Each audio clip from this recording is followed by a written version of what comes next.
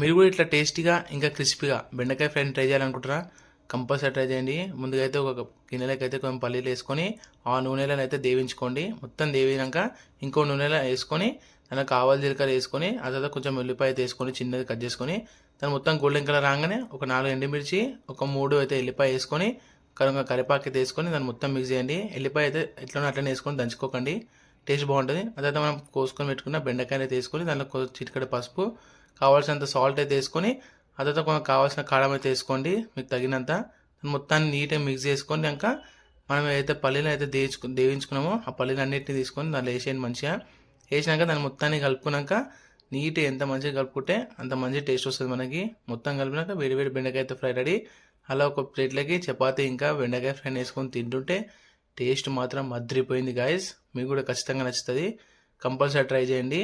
మరిన్ని బాక్స్ కోసం నా ఛానల్ అయితే సబ్స్క్రైబ్ అయితే చేసుకోండి.